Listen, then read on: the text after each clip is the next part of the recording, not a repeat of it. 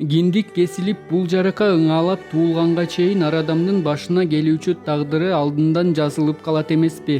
Тагдырдын буйругуна жараша ар кимге өзүнчө өмүр шыбагасы буйрулган. Бүгүнкү бир китептин баяны жашоосу аңызга айланган Жамил аттуу каармандын тагдырын сүрөттөөчү жыландар ханышасы жөнүндө.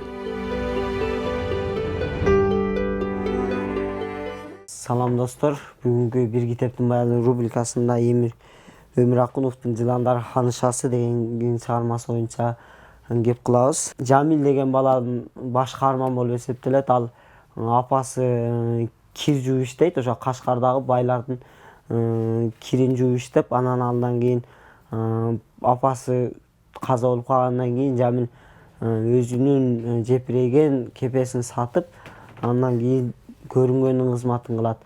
Жыландар ханышасынын кызматын кылат. Жыландар ханышасы кадимкидей эле адам болот.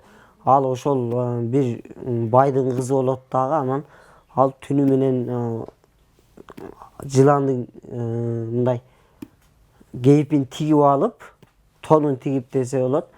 Ошону менен көчөмө көчө кыдырып, үймө үй кыдырып, ооруган адамдарды дарылайт. Ошол жерде жыландарды багыш үчүн мээнет кылганы, эгилген күрүчтөрдүн арасынан бакалар менен чычкандарды тутуп келип берип, ошол жыландарды кадимкидей багып, анан ошонун уусун алып, түн ката үйдөн чыгып кетип, жыландар ханышасы.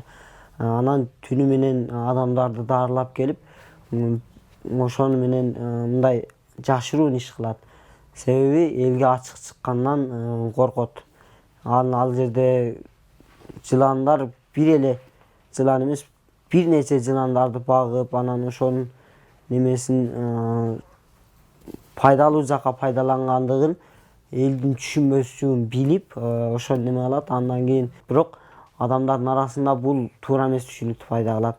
Жыландар ханышасы түнү келип, адамдарды чагып кетип атат, өлтүрүп кетип атат деп, жыландарды өлтүрүп, жыландар жашаган үйдү өрттөп жүрүшөт.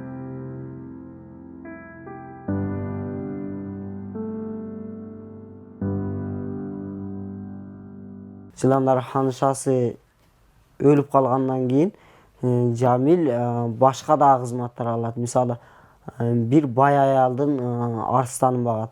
Ал арстанды атайын баягы кинолордо көрүп жүргөндөй эле адамдарды ошого салып берип, аларды мушташтырып, ушундай неме кылат. Ал арстанды машыктырыш үчүн атайын тиш өтпөгөн кийимдерди кийип, арстандын астына киргизип койгондо ушунчалык коркот.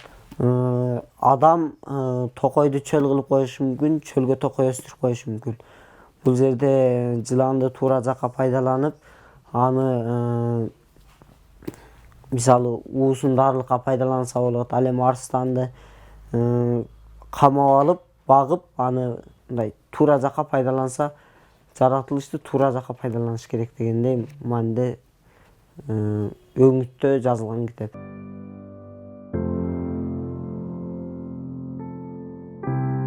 Өмүр Акуновдун бул китеби жалпысынан жашы улуураак адамдарга сунушталат. Себеби бул кашкарлык бай аял, мындай сыйкырчылардын ошол эле чыгармада